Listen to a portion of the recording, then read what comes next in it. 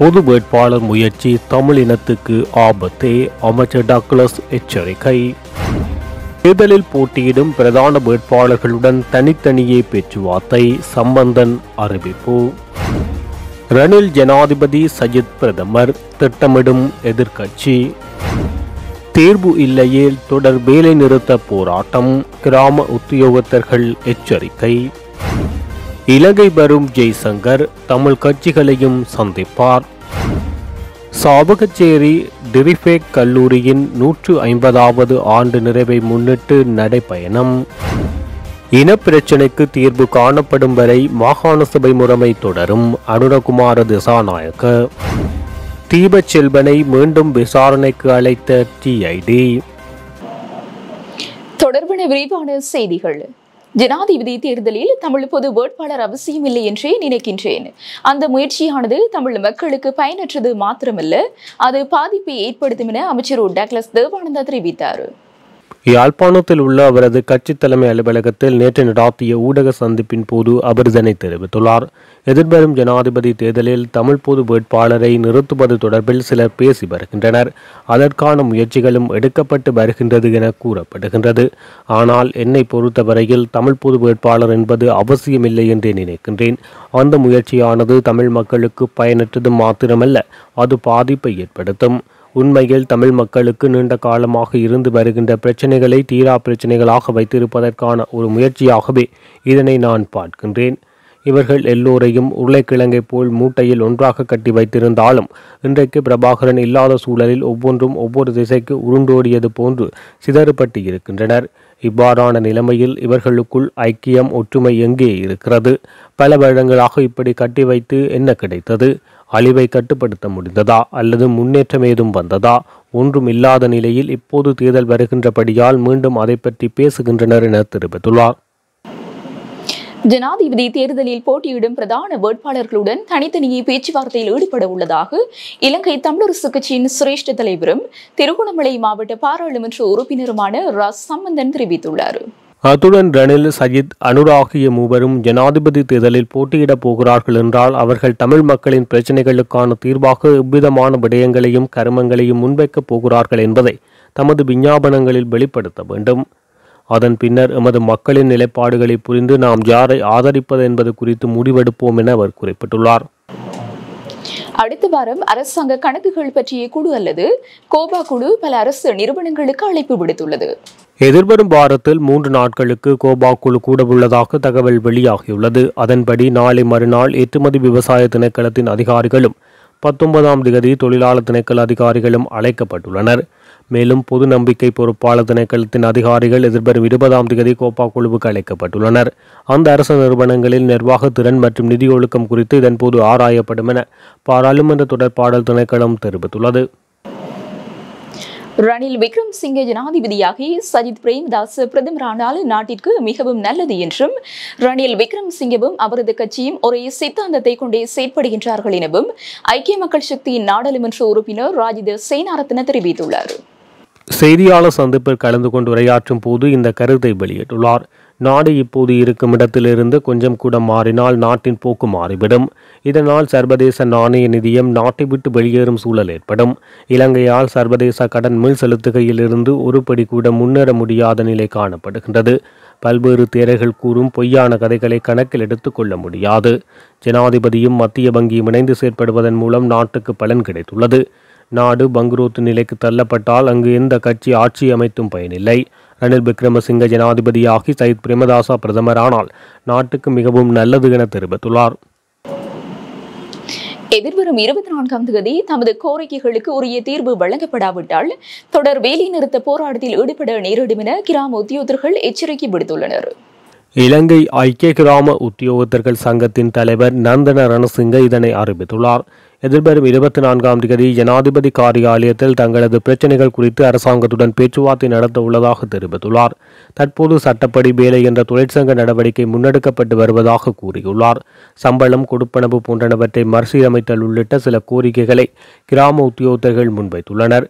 நபர் ஒருவரின் மரணத்தின் போது வழங்கப்படும் ஆவணங்கள் போன்ற அத்தியாவசிய சேவைகளை வழங்கி வருவதாக அவர் தெரிவித்துள்ளார். எனினும் கிராம சேவை சான்றிதழ் வழங்குதல் உள்ளிட்ட ஏனைய நடவடிக்கைகளை மேற்கொள்வதில்லை என அவர் குறிப்பிட்டுள்ளார். பேச்சுவார்த்தைகள் தோல்வியடைந்தால் தொடர் வேலைநிறுத்த போராட்டம் முன்னெடுக்கப்படும் என எச்சரிக்கை விடுத்துள்ளார். இந்தியாவில் மீண்டும் வெளிவிவகார அமைச்சராக பதவியேற்றுள்ள கலாநிதி எஸ். ஜெய்சங்கர் எதிர்வரும் 20ஆம் தேதி இலங்கை வருகை தரவுள்ளார். இந்த விஜயத்தின் போது ஜனாதிபதி, பிரதமர் மற்றும் வெளிவிவகார அமைச்சர் ஆகியோருடன் அவர் பேச்சு நடத்தவுள்ளார். அதுடன் தமிழ் தேசிய கட்சிகள் மற்றும் மலையக தமிழ் கட்சிகளுடனும் அவர் கலந்துரையாடல் நடாத்துவார் என எதிர்பார்க்கப்படுகிறது.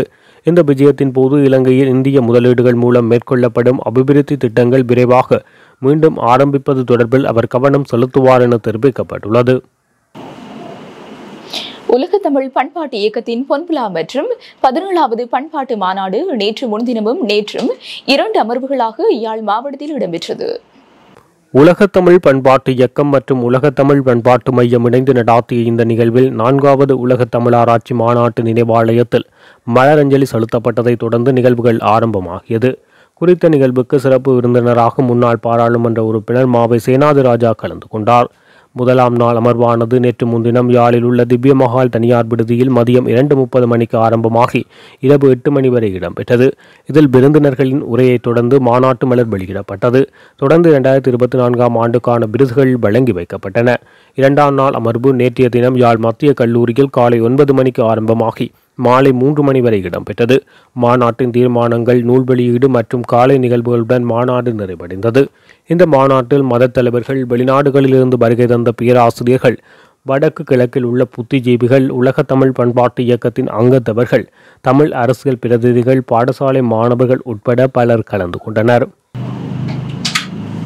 சாவகச்சேரி டிரிபி கல்லூரியின் 150வது ஆண்டு நிறைவை முன்னிட்டு நடைபயணம் சனிக்கிழமை காலை இடம்பெற்றிருந்தது.